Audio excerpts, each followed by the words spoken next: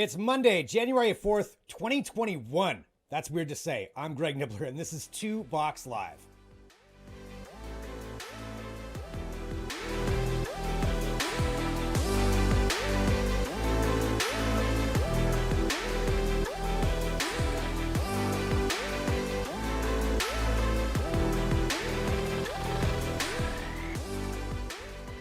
Yes, indeed. Hello, everyone. I am Greg Nibbler. This is 2 Box Live from 2 Box Media, and thank you for joining us wherever you are.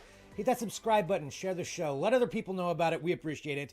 It is 2021, which is still weird to say. It's going to be weird for a while. 2020 is in the rearview mirror. I mean, it doesn't feel like a lot's changed, but nonetheless, it's better so far. And also, Slack is down. That's either a great thing or a terrible thing, depending on how you're looking at it. But I know a lot of you out there now maybe have some extra time on your hands. Oh, you can't send that message. Oh, that's too bad. This can't get done right now because Slack is down. It's kind of the greatest excuse ever.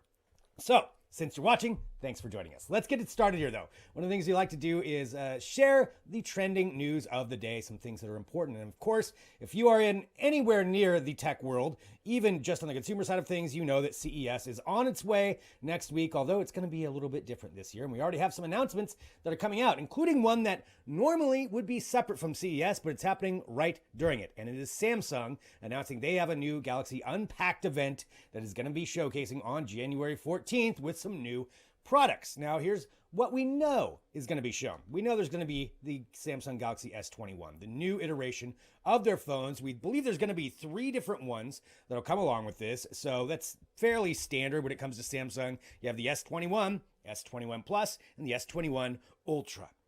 So that's what we're pretty sure that we're going to be getting. And there's been a ton of leaks about these so that we even know most likely some of the details on them. I want to kind of hit a couple of those details of what we think. So the 3 different phones, we're thinking S21 6.2 inch, 6.7 inch to 6.8 inch for the S21 Ultra. So those are the 3 different versions that we're looking at. Some things that could be updated though, and this is what we always want to see, is what are the new iterations? What kind of tech are we going to see with this? The things that we're seeing, at least as far as some of the leaks, which again, a lot of this gets leaked beforehand. Bigger camera modules. So we think that the cameras are going to be a little bit different on this. And there's a couple of unique things that are being speculated about this. And again, all coming from various different sources. But that they're going to have a 108 megapixel camera, which you've seen on a few different ones now at this point. But on top of that, they're also going to have 2 telephoto lenses, and one of them being a 3 times telephoto lens and one being a 10 times. So 2 different versions of that. That'd be on the S21 Ultra, probably not on the regular S20s, but still nonetheless kind of beefing up the cameras. And that's something that we've seen every one of these phone manufacturers do, whether it's Google, Apple, I mean, you name it, OnePlus, they all want to make the camera bigger and better. And that'd be something adding on 2 telephoto lenses. I'm not sure what all you would use that for, but nonetheless, you'd have 2. So that'd be your bragging rights at least. So you've got that, a couple of the internals, some of the information that we have on that. So 120 hertz refresh display. You're seeing that on a lot of these higher end phones, whether it's for gaming or just watching content on there.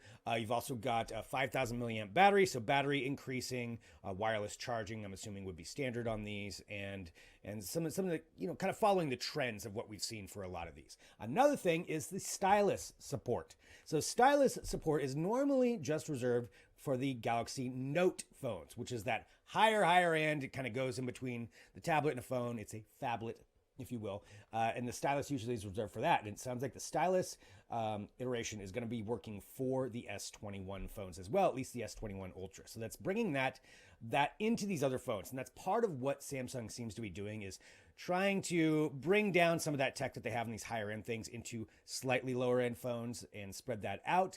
A lot of that has to do with because of their sales. So Samsung normally used to be the number one number one phone being sold. They have lost that title though to not only Apple, but also Huawei, which looks like is the number 1 right now as far as sales. US ban doesn't matter. They're still in the world number 1. So Samsung's trying to bring some of that tech that they've got into these other phones and maybe increase some of those sales. So back to the stylus side of things, we did see another thing leaked, which is a case that would work with it, because this phone wouldn't have a spot to put the stylus in. Versus the Note, you've got kind of a little area you can slide it into. So this would need a case that would go along with it.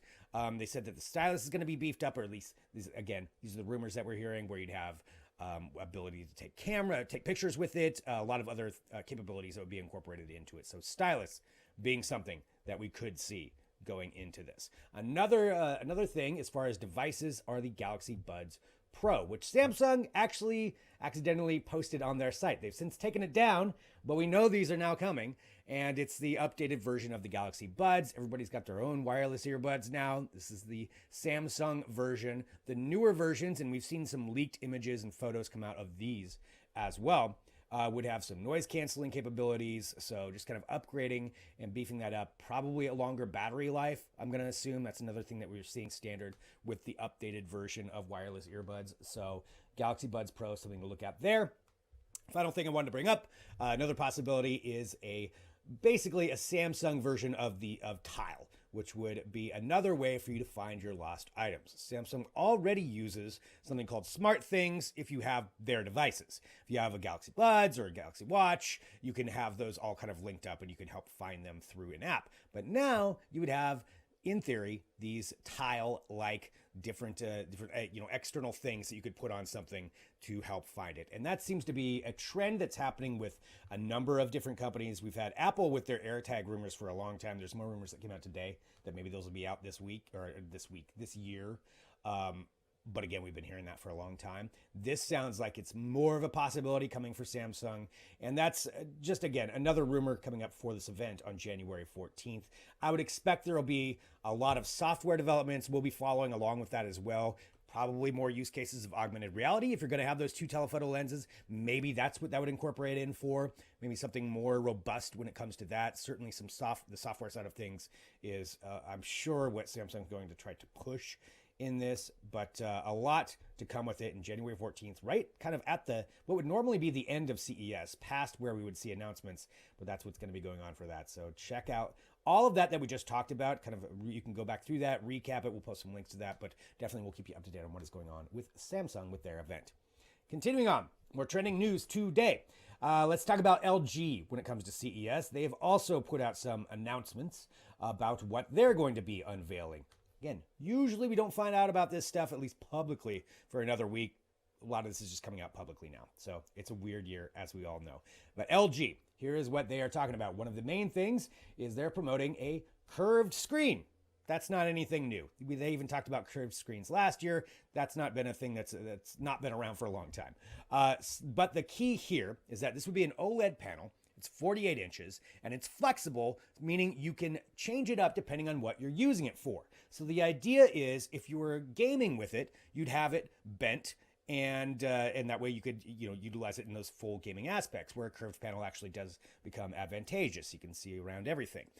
But when you're watching television, it's not as great. The curved side of things just has never really taken off.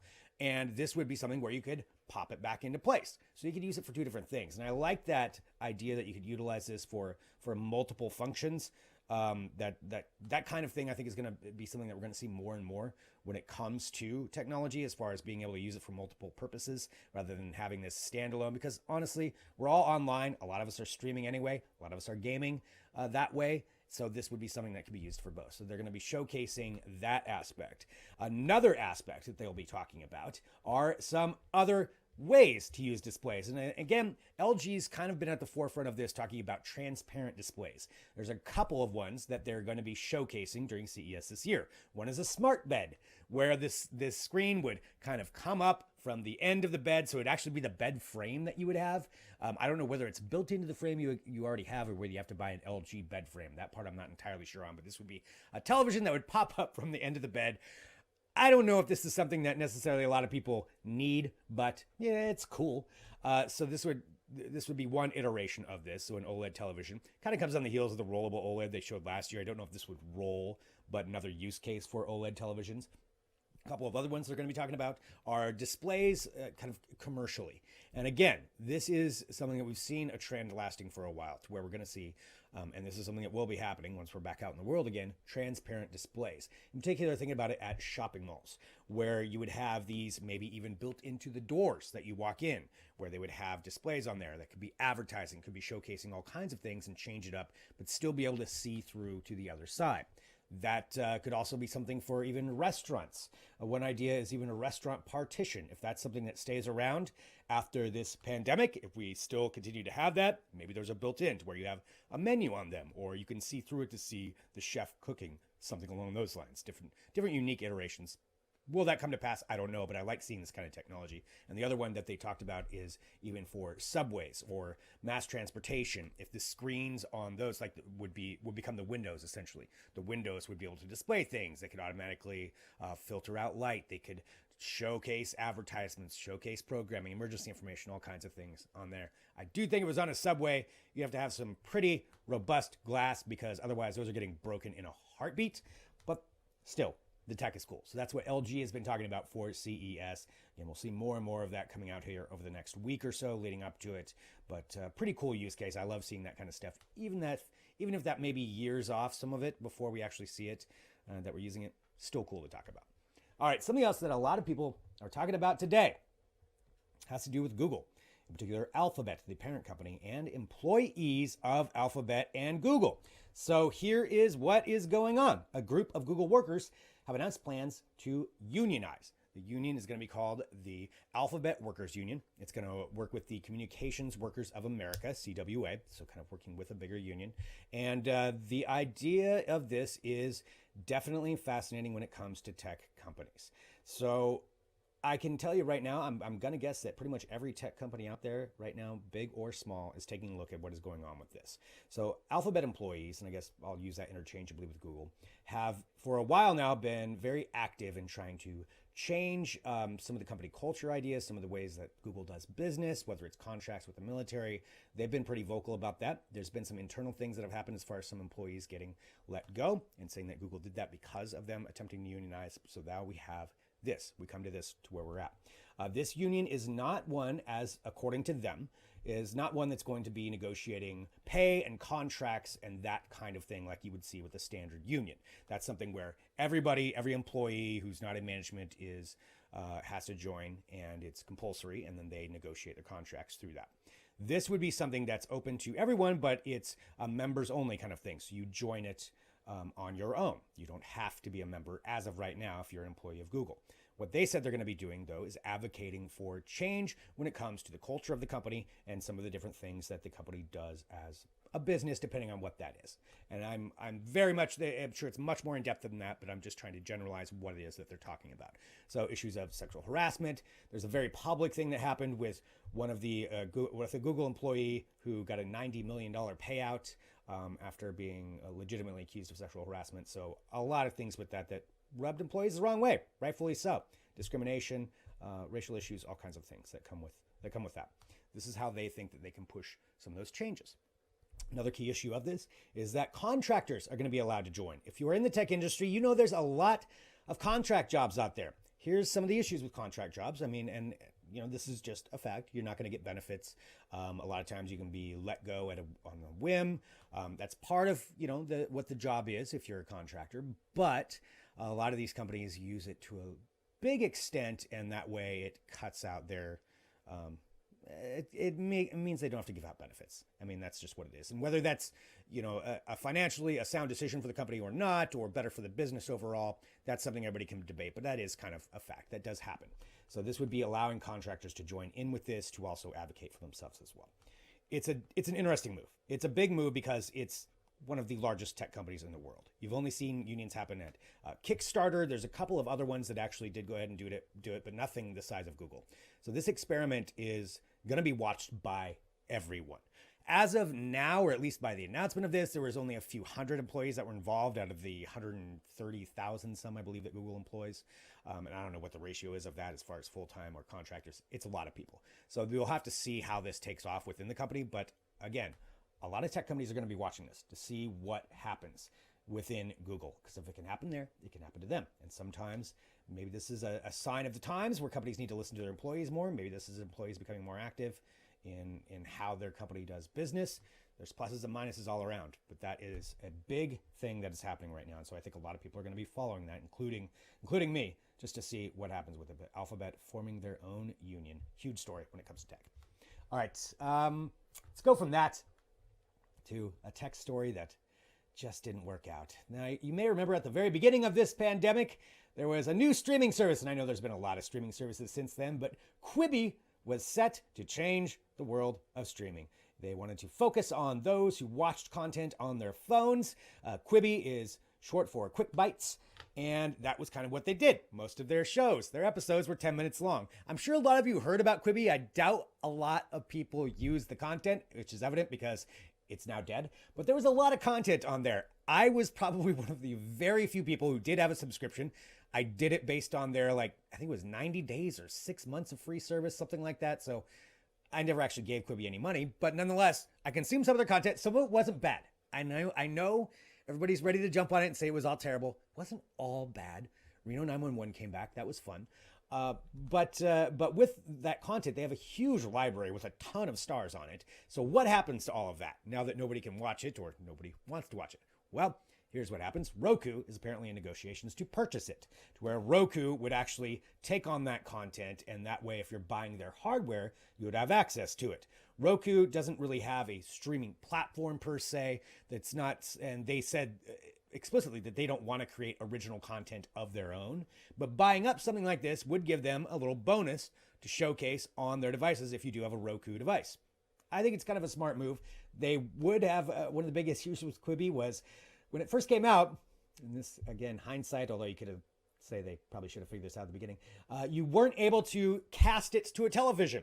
So you couldn't actually put the content onto a TV. You had to watch it on a phone. And yes, you got two different versions, whether you had it upright or horizontal, but you couldn't cast it to a television. So clearly they'll have to do some things on that. I'm not sure how that would all work out, but Roku in talks to purchase that Quibi content. You know, maybe that'll go out there, and that's a way that we could see all of it. They seriously did have a ton of people on there. Don't get me wrong. There was a lot of terrible programs on there, but it wasn't all bad. I mean, and if you're going to get it for free with Roku, if that's how they wanted to do it, it's a good use for it. All right, continuing on.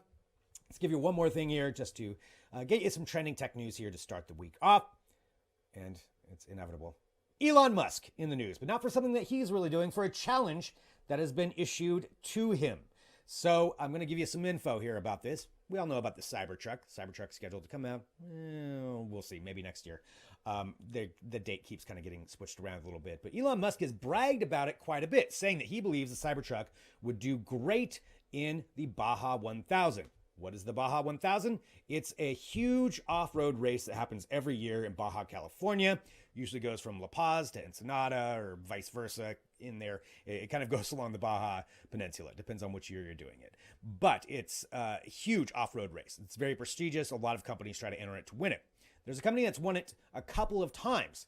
I'm going to try to say the name correctly. Probably not going to get it right. Scuderia Cameron Glickenhaus.